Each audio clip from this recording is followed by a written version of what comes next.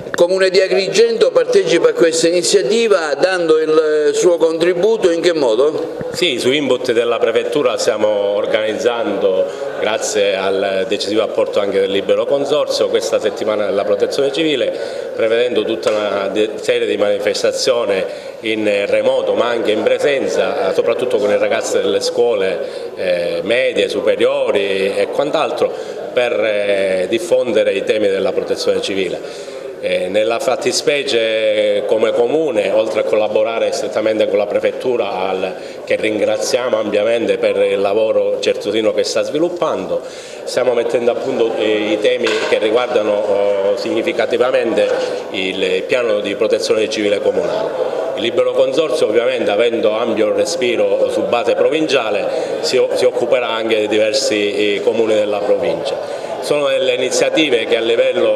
partono a livello nazionale, vengono recepite poi anche a livello regionale dalla Protezione Civile,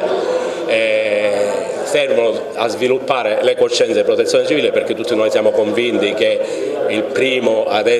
fare protezione civile deve essere il singolo cittadino. A livello nazionale si stanno sviluppando tutte un sistema di allertamento, IT Alert, che è stato testato già in Sicilia, è l'esempio più significativo.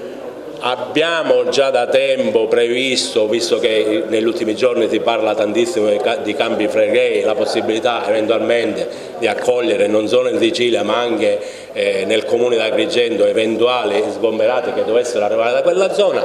Siamo ampiamente coscienti che sui temi della protezione civile bisogna in sinergia lavorare tutti assieme per creare prima le coscienze e sperare che i piani e tutto il sistema di allertamento e protezione civile restino sempre nei cassetti e non vengano mai effettivamente usati.